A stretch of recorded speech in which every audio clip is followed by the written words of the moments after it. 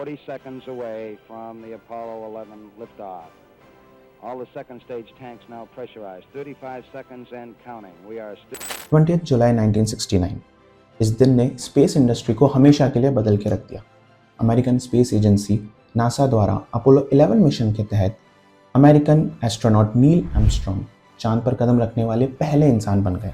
ये मिशन इतना सक्सेसफुल हुआ कि अगले 3 साल के अंदर नासा ने 6 अपोलो मिशन लॉन्च कर दिए, पर यह सिलसिला 1972 में जाकर रुक गया।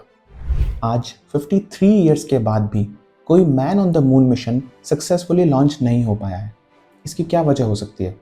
क्या ये नासा की कोई मजबूरी है या फिर कुछ ऐसा छुपाने की कोशिश जिसका सामने आना शर्मिंदगी का कारण बन सकता है? Hello everyone, welcome to everything in 10 minutes YouTube channel. और आज इस वीडियो के थ्रू हम इन्हीं सब बातों से पर्दा हटाने की कोशिश करेंगे। 12 अप्रैल 1961 को Soviet cosmonaut UV Gagarin space में ट्रैवल करने वाले पहले इंसान बन गए। इसके कुछ ही दिन बाद यानी कि 25 मई 1961 को American president John F Kennedy ने यूएस कांग्रेस को संबोधित करते हुए कहा कि अमेरिका अगले 1 दशक के अंदर मैन ऑन मून मिशन को सक्सेसफुली पूरा करके दिखाएगा।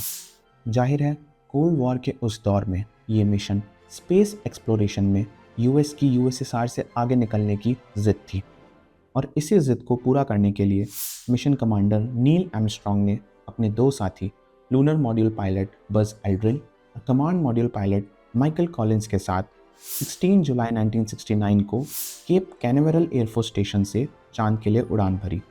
चंद्रमा पर लगभग 22 घंटे बिताने के बाद पूरा क्रू 24 जुलाई 1969 को सुरक्षित पृथ्वी पर वापस लौट आया। 1968 से 1972 तक नासा ने कुल 12 अपोलो मिशन लॉन्च किए, जिनकी उस समय की लागत $25 बिलियन थी, जो कि आज की वैल्यूएशन के हिसाब से $150 बिलियन होती है। इसमें अपोलो 11 मिशन से अपोलो 17 तक के वो 6 मिशंस भी शामिल हैं जिसके जरिए 12 एस्ट्रोनॉट्स ने मून पर सक्सेसफुली कदम रखा था। इंटरेस्टिंगली, कोई भी दूसरा देश ये एक बार भी नहीं कर सका है। पर यहाँ आता है हमारा सबसे बड़ा सवाल, सिर्फ 6 मिशन ही क्यों? उसके बाद में नासा ने चांद पर भेजने वाले ये मून मिशंस बंद क्यों कर दिए? क्या उसके बाद कभी नासा ने इंसान को चांद पे भेजने की कोशिश नहीं करी? चलिए आइए इस पर थोड़ा और डिटेल में बात करते हैं। साल 2017 में नासा ने इंसानों को फिर से मून पे भेजने की पहल शुरू करी, और इसके लिए उन्होंने स्टार्ट किया द आर्टेमिस मिशन। मिशन के अकॉर्डिंग साल 2025 तक चांद पर इस सदी की पहली ह्यूमन लैंडिंग होनी थी, मगर ये मिशन भी बजट, डिप्लोमेसी और पॉलिटिकल आइडियोलॉजी के कारण ठंडे बस्ते में जाता दिखाई दे रहा है। इस मिशन की देरी से फेक मून लैंडिंग वाले दावों ने फिर से जोर पकड़ लिया है। लोगों का मानना है कि इंसान को मून पर लैंड कराना इम्पॉसिबल है, और आज तक इंसानों को मून पर लैंड कराने के जो भी मिशंस भेजे गए हैं वो सब फेक और स्टेज थे। दावों के सपोर्ट में मेनली ये लोग 3 बातें रखते हैं। पहली, यूएस फ्लैग जो अपोलो 11 टीम ने चांद पर गाड़ा था, उसका फ्लैग वेव यानी कि हवा में लहरा रहा था, जबकि चांद पर हवा का नामो निशान नहीं है।